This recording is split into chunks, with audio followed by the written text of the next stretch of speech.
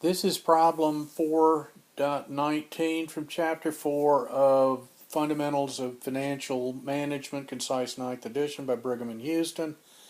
And we're given a situation where a company has a certain level of inventory in its current assets and a certain level of current liabilities. What they want to do is borrow money through notes payable, which are a short-term liability, and use it to buy additional inventory. All right, and what that'll do is affect their current ratio. They don't want their current ratio to drop below 2. All right, so let's write down what we know. The inventory now is 526,350, and their total current assets are 2,392,500, and their total current liabilities as of right now are 107,76,625. All right, so that's where they're at now.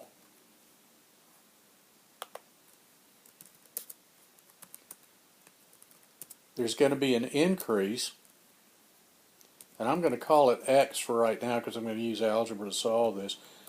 They're going to raise an additional amount of inventory by increasing their current liabilities, and whatever increase here in the inventory, since it's a current asset's going to increase by the exact same amount. So their future number, this is going to be inventory plus X. This is going to be current assets plus X. And this will be current liabilities plus X. Okay. Now they want to do that, but keep the current ratio, and the current ratio is current assets over current liabilities. And I'm going to abbreviate all that to current assets over current liabilities. Their current ratio now is 2.22222. What they want this to do is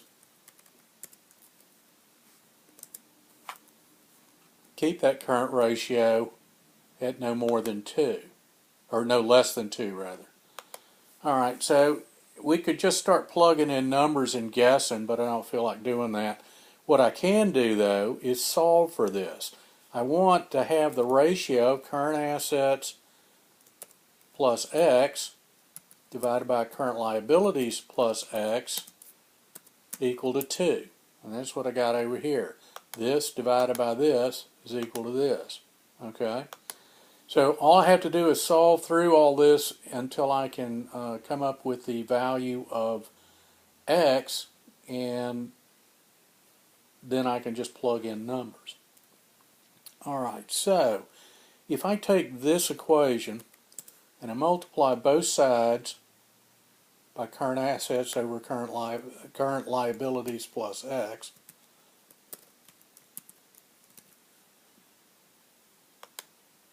if I'm multiplying both sides by the same amount, it's going to drop out on the left-hand side. This CL plus X will cancel out the denominator here. So what I'll be left with is current assets plus X on the left-hand side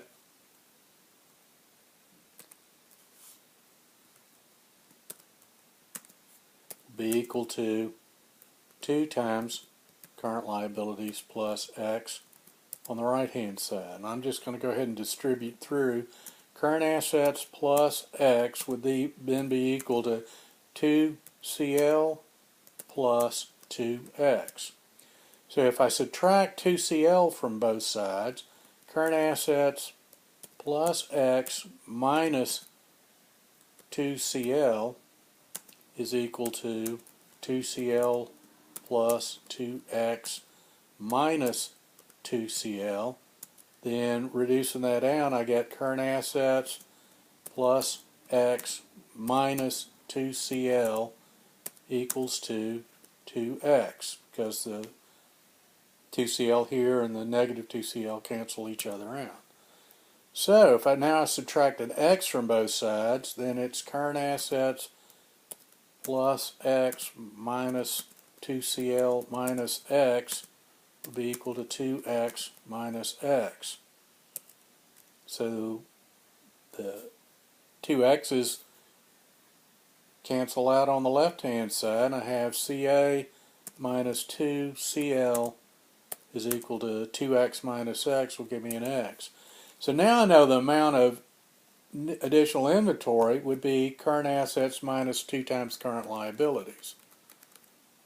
That would be current assets minus 2 times current liabilities. This is the additional inventory, which will be the same as the additional assets, which will be the same as the additional notes payable. So now if I add all this together, this will be my new amounts. All right. If I calculate the ratio, it's exactly 2. $2 of current assets for every $1 of current liabilities. So how much can they increase their short-term debt without pushing up the current ratio as long as they're buying inventory with it? $239,250. It's just algebra. But interestingly enough, you run into this problem all the time. How much extra can we spend without making these ratios change? A lot of bank lending is predicated on maintaining certain ratios below a certain amount.